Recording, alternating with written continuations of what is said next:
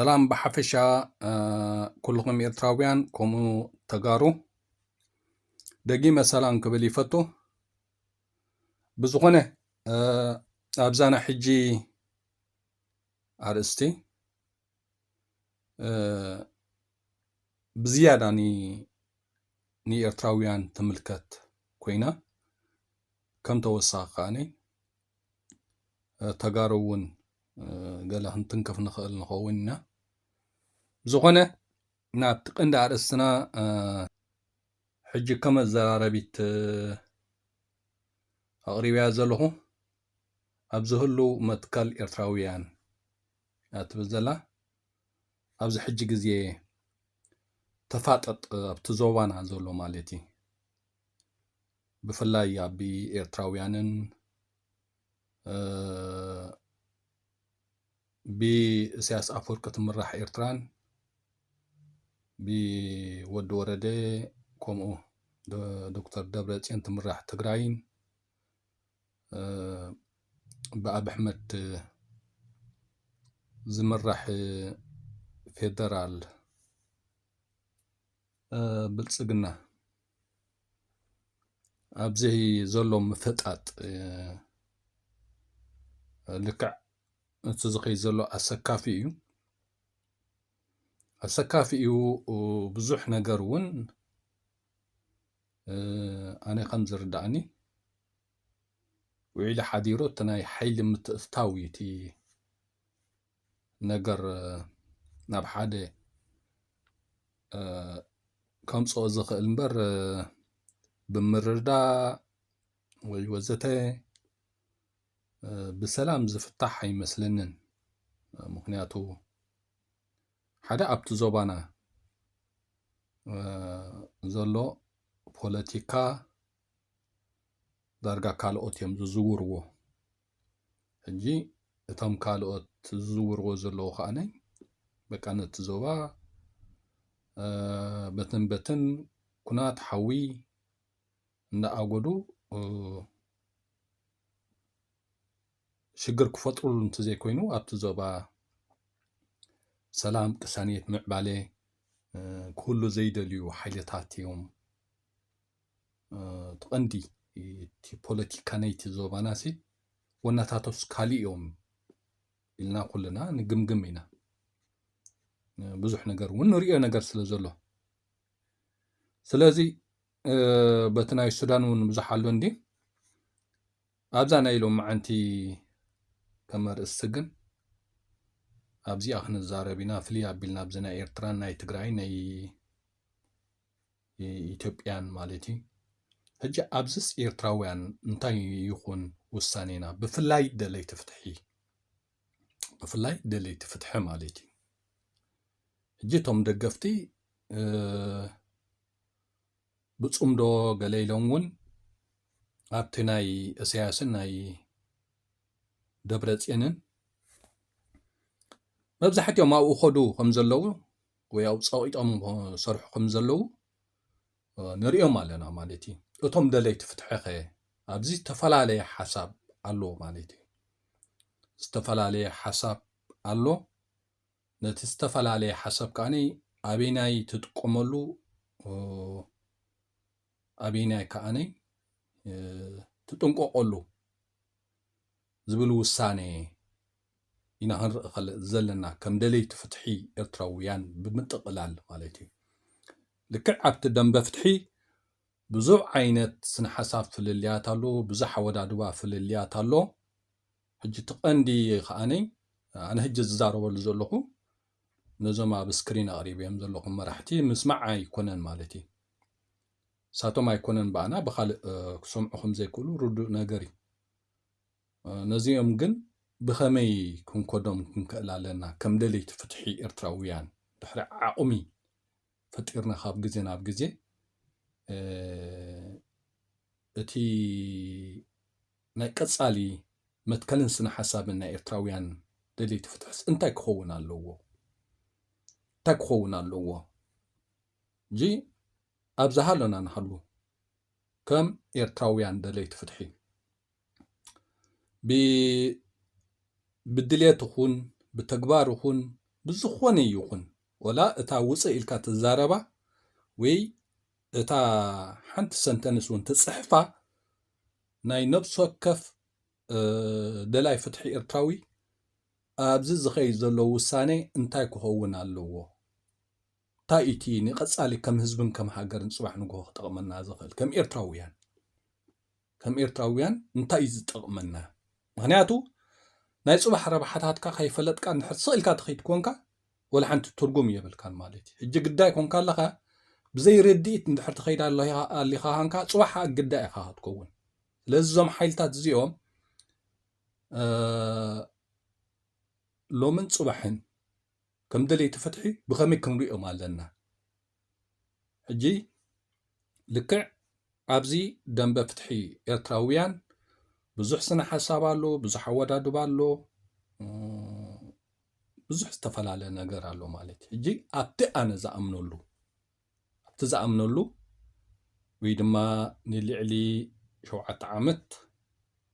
ዝኸደ ዘለኹ ንኤርትራውያን ይጠቕመና እዩ ኢለ ፀዋዒ ዝገብሮ ድዩ ንገብሮ ዘለና ገለ ንእሽተይ ውዳቤታት ድዩ ወይ ድማ ከም ኤርትራውያን እንታይ ዝጠቕመና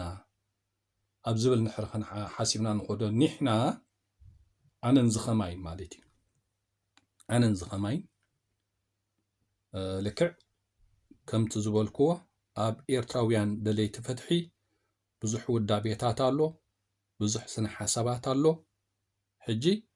እቲ ኣነ ዝኣምነሉ ዘለኹ ኣብኡ ሕጂ ገለ ክብል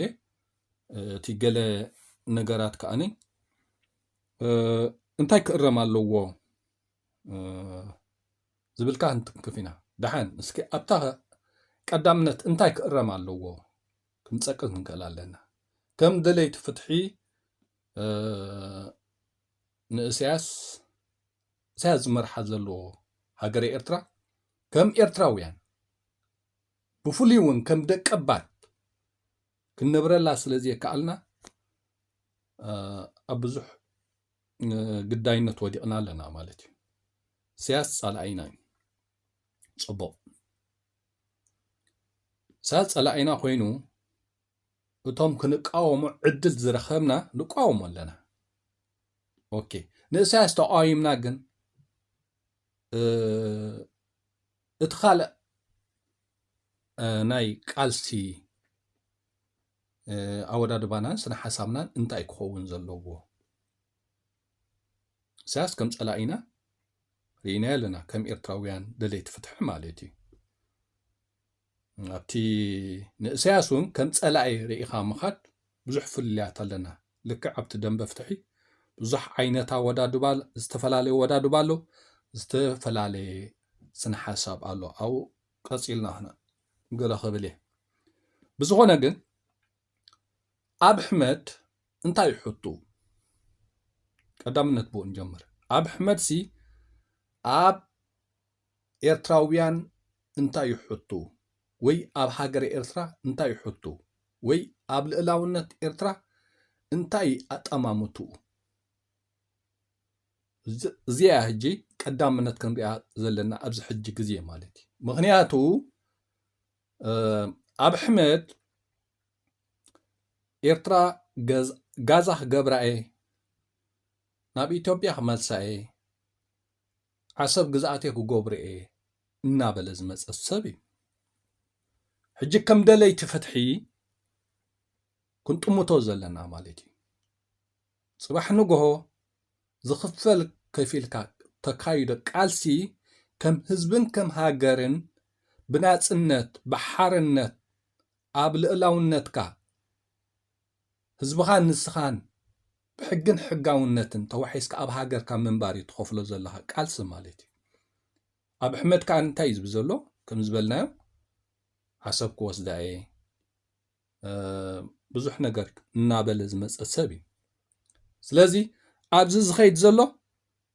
ኣብ ኣሕመድ ቀዳማይ ጸላኢና ጌርና ከም ደለይቲ ፍትሒ ክንሕዞ ክንክእል ኣለና። ከም ደለይቲ ፍትሒ ብፍሉይ ማለት እዩ ኣብ ኣሕመድ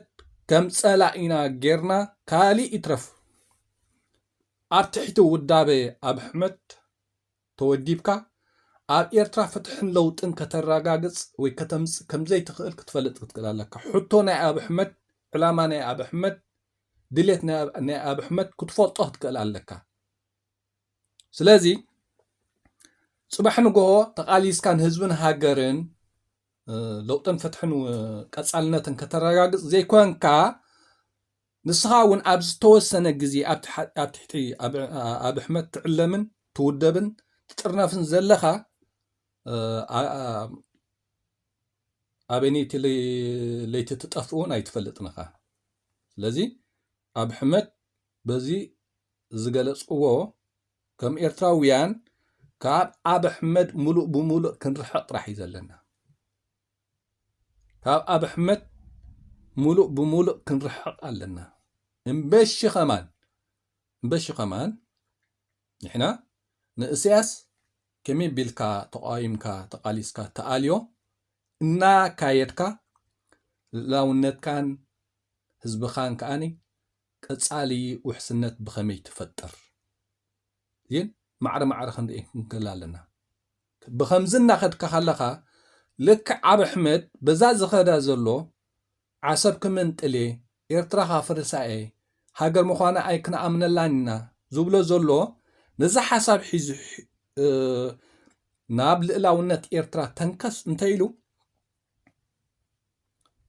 كلها إرتراوي دليتن حسابن علامان أب أحمد بخمي ممكن قدام النت كوسد كخلالو أب الساعة زي قدام النت كوسد كخلالو مغنياتو ني أب أحمد أتمامتنا خايدا بطعمي حادقنياي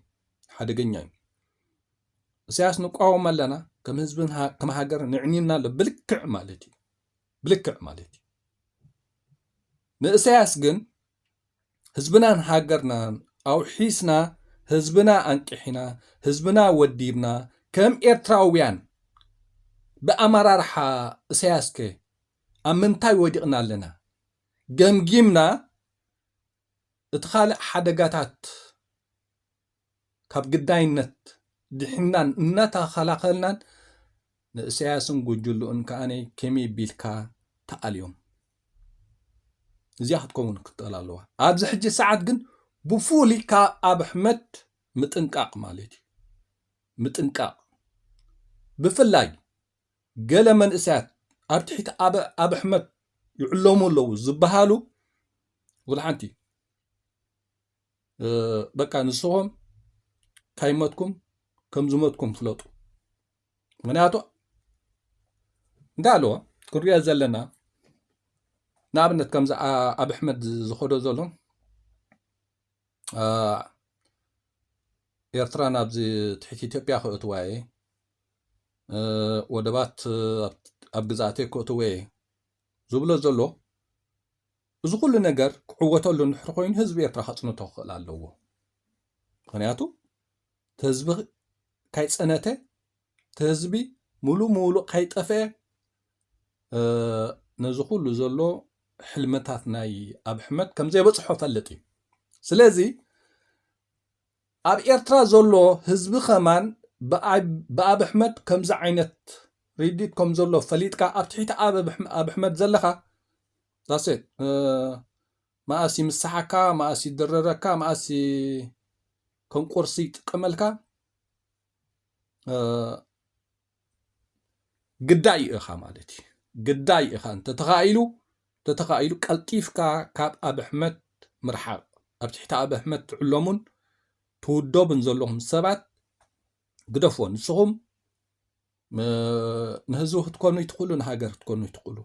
انت خيلكم لا تهيوتكم أدحنوا مالك أدحنوا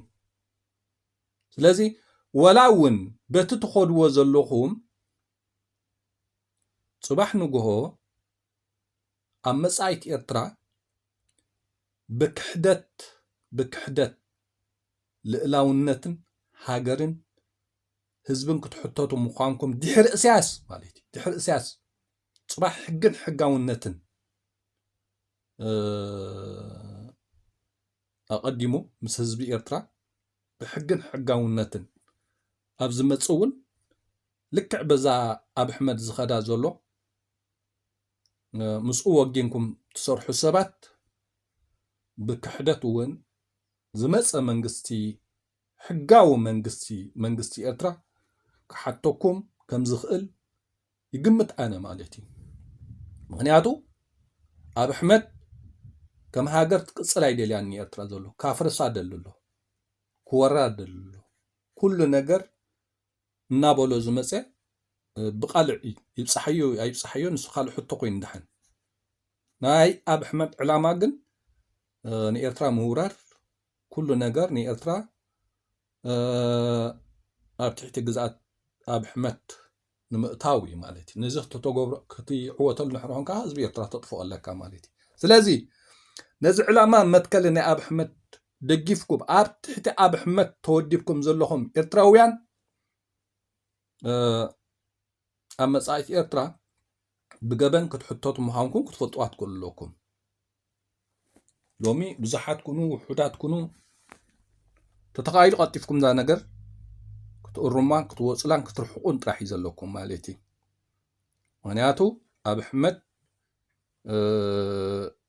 ሓደገኛ እዩ ዝኸዶ ዘሎ ማለት እዩ። ኢሳያስ ንህዝቢ ኤርትራ ሓደገኛ ክኸውን ይኽእል እዩ። ደብረፅዮን ንህዝቢ ትግራይ ሓደገኛ ክኸውን ይኽእል እዩ። ሶ በበይኒ እዩ ክንሪኦ ዘለና። እቲ ናይ ኣብ ኣሕመድ ግን ብፍላይ ድሓን እቲ ናይ ተጋሩ ባዕሎም ኣለዎ ተጋሩ ከም ኤርትራውያን ግን ኣብዚ ሕጂ ግዜ ዕላማን ድሌትን ናይ ኣብ ኣሕመድ ብግቡእ ፈሊጥካን ተረዲእካን ድሌታት ኣብ ኣሕመድ ከመይ ቢልካ ተምኩኖ ምስኡ ኮንካ ወጊንካ ዘይኮንካ ደው ክትብል ዘለካ ካብኡ ርሒቃ ልእላውነትካን ህዝብኻን ናይ ቀጻሊ ውሕስነት ብኸመይ ትዕቅብ ንዝኾነ ኤርትራዊ ንሳይ ተገድሶ ካብ ኣብ ኣሕመድ ማለት እዩ። ኦኬ ቀፂለ ኣብቲ ናይ ደለይቲ ፍትሒ ኤርትራውያን ዝተፈላለየ ስነ ሓሳብ ኣሎ፣ ዝተፈላለየ ኣወዳድባ ኣሎ ኢለ ኣለኹ ከምቲ ኣቐዲሜ ዝተዛርብ ኩሉ ማለት እዩ። ኣብ ኤርትራውያን ደለይቲ ፍትሒ ዝተፈላለየ ስነ ሓሳብ ዝተፈላለየ ኣወዳድባ ኣሎ። ኦኬ እቲ ኣነ ዝኣምነሉ ውዳብን ስነ ሓሳብን ጥርናፈን ንፍትሕን ለውጥን ኤርትራውያን ከኣነ ኣነ ንዝኸማኝ ከኣነ ነዚ ናይ ሃገርና ጉዳይ ከመይ ንሪኦ እቲ ናይ ኣብ ኣሕመድ ከዓ ከመይ ንሪኦ እቲ ናይ ኣብ ኣሕመድ ልክዕታ ክዛረበላ ፀናሕኩ እያ። እቲ ኣብ ውሽጢ ሃገርና ኣጋጢሙ ዘሎ ከዓነ ትንሳኤ ዓወት ንሓፋሽ ደቀ ኣባሽ ሻዕብያ ከም ውዳብን ከም ጥርናፈን ልክዕ ቃልስና ኤርትራ ሓፂብካ ምፅራይ እያ። ምክንያቱ ኢሳያስ ኣብ ልዕሊ ኤርትራውያን ዘካየዶ ገበን ንሱን ንበዓል ማንክን ክሻን ኣኻኺቡ እንታይ ይገብር ኣሎ ኩሉ ግዜ እናተዛረብና ዝመፀና እዩ። ስለዚ ቃልስና ኤርትራ ሓፂብካ ምፅራይ ስለ ዝኾነ ብዘየገድስ ማእስ ንብፅሓዮ ብዘየገድስ ኢሳያስን ጉጅሉን ንትግራይ ምጉሓፍ እያ። ምክንያቱ ኢሳያስ ከቢድ ገበን ኣብ ኤርትራውያን ደቀባት ፈፂሙ ኣሎ። ስለዚ በቲ ዝፈፀመ ገበን ተቃሊሰ ነይረ መራሒ ፀኒሐ ዝበሃል ኣይሰርሕን እዩ ምስ ደቀባት ሻዕብያ ማለት እዩ ኣይሰርሕን እዩ። ስለዚ ንኢሳያስን ጉጅሉን እቶም ካብ ትግራይ ዝውለዱ ኣብ ላዕሊ መሪሕነት ተኣኪቦም ንህዝቢ ኤርትራ ዝፃወቱ ዘለው ሒዝካ ንትግራይ ምጉሓፍ ሕጂ ገለ ሰባት كم زمقبار سي مس حزب تግራይ تكاسعب يقولوا زبلو ولا حنت خاسعب زخل نجر يلا أبزخون هاجر جبن زفتسم السب نبتا موبقول عدون هاجرون كترز على ما وحقي السياسة تقاديلو العلوين مرح يصنيحو جن نهزب إرترا أصنيتوه ني 34 عامت كات أبتا هاجر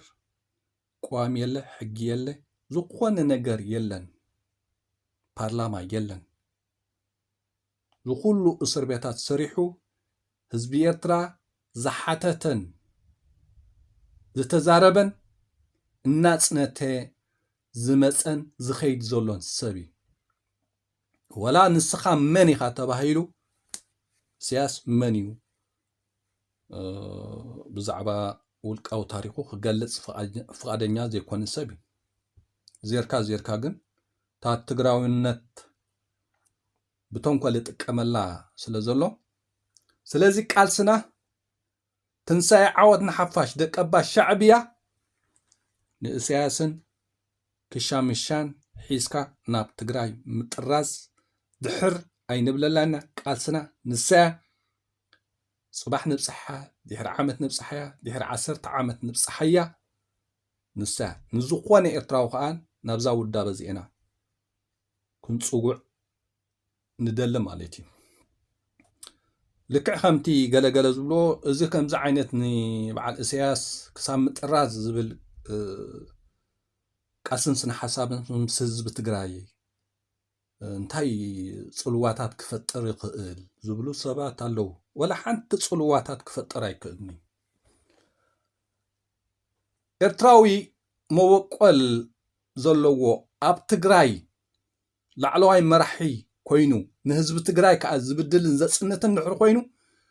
ቁርፉድ ኣቢሎም ኣሲሮም ንኤርትራውያን ከረክቡና ጥራሕ እዩ ዘለዎ ንሕና ከዓ ተማም ጌርና ንቕይዶ ማለት እዩ ንሱ ጥራሕ ይኸውን ዘለዎ بركب حزب إرترا حزب تግራይ سلاماوي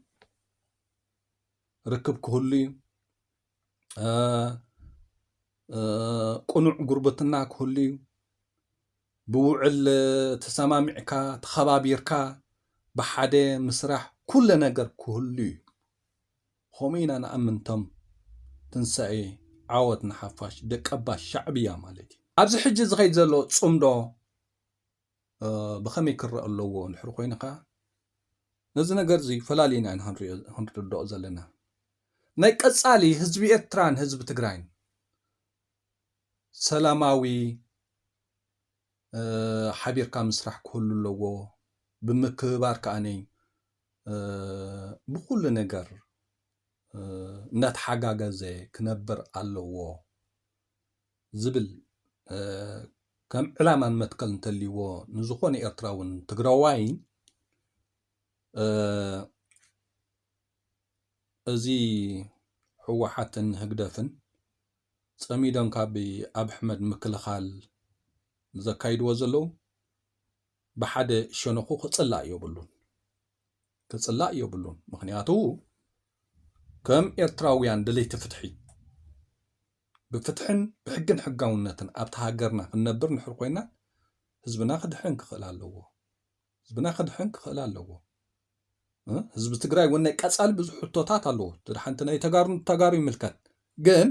حزب تግራይ كم حزبونكو كدحن كخلال اللو سلازي أب دبرتين أب إسياسن كم إرتراويانن تغارون استفلال حطون قالسن رديتن كله ونا خالي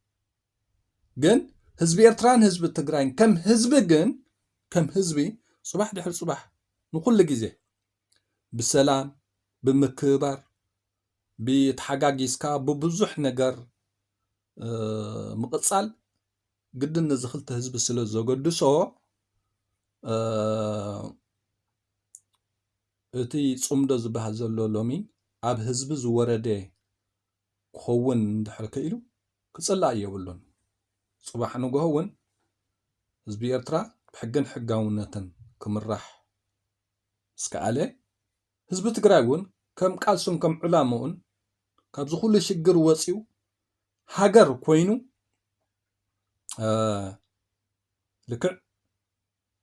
ብናይ መራሕቲ ኤርትራን ብናይ መራሕቲ ትግራይን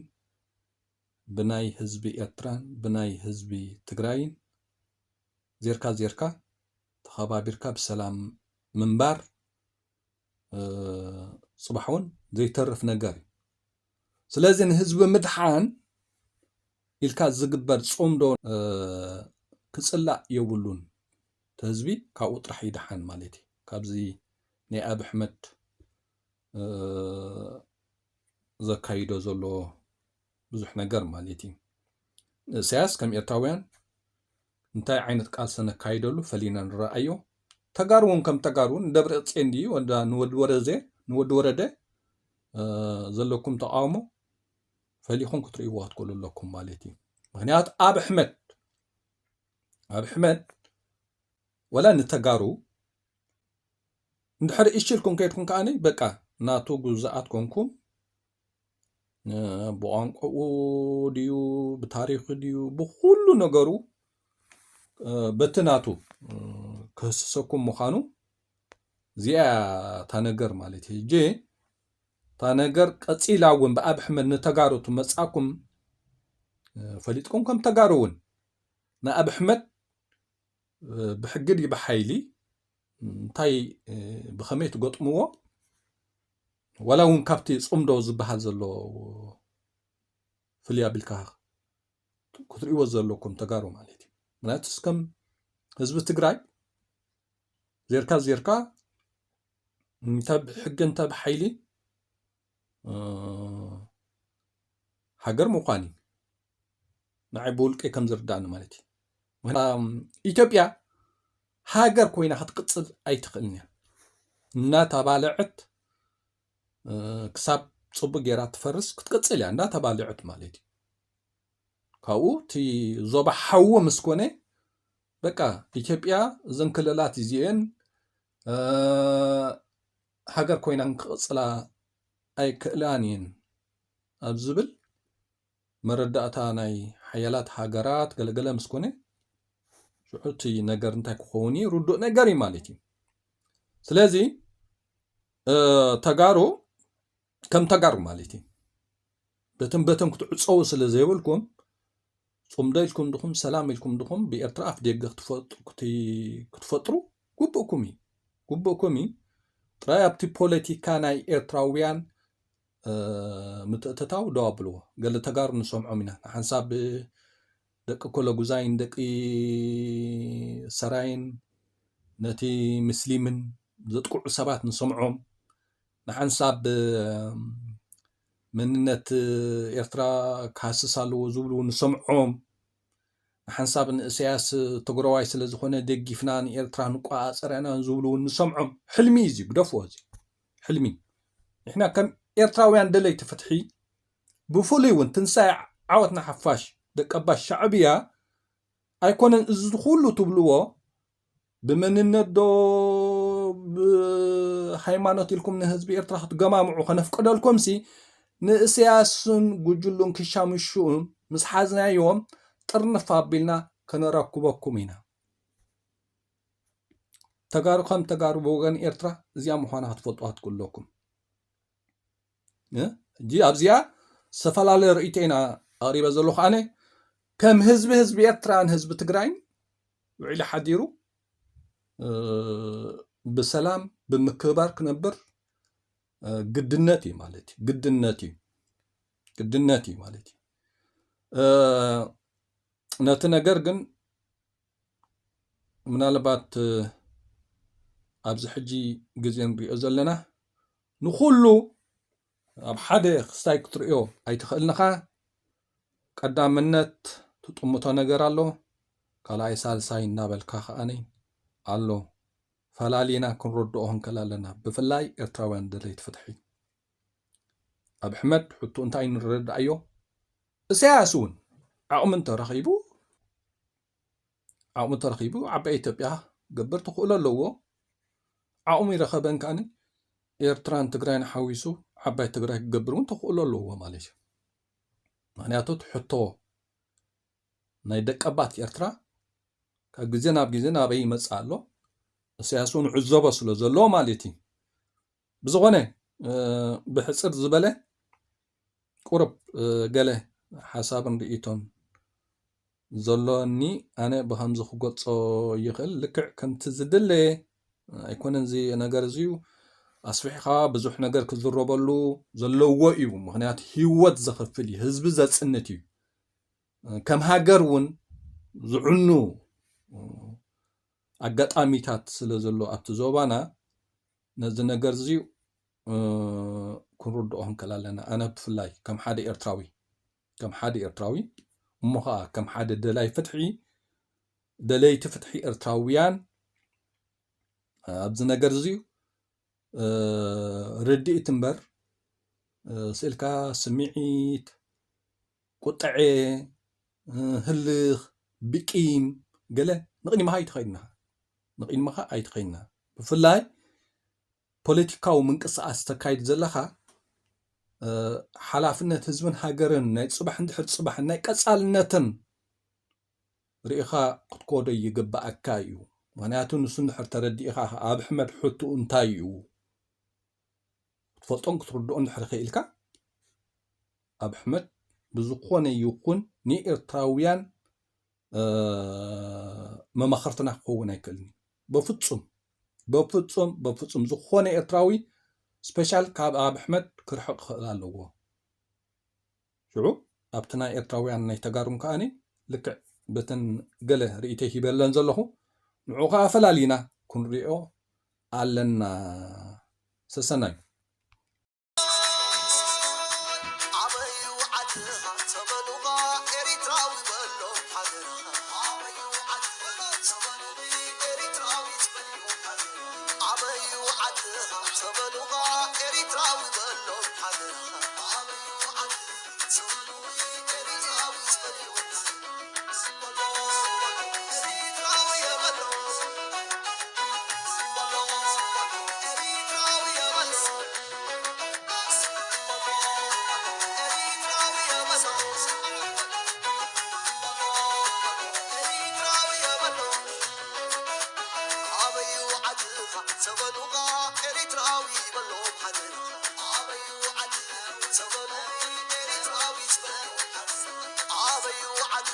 تبلغا إريتراوي بلو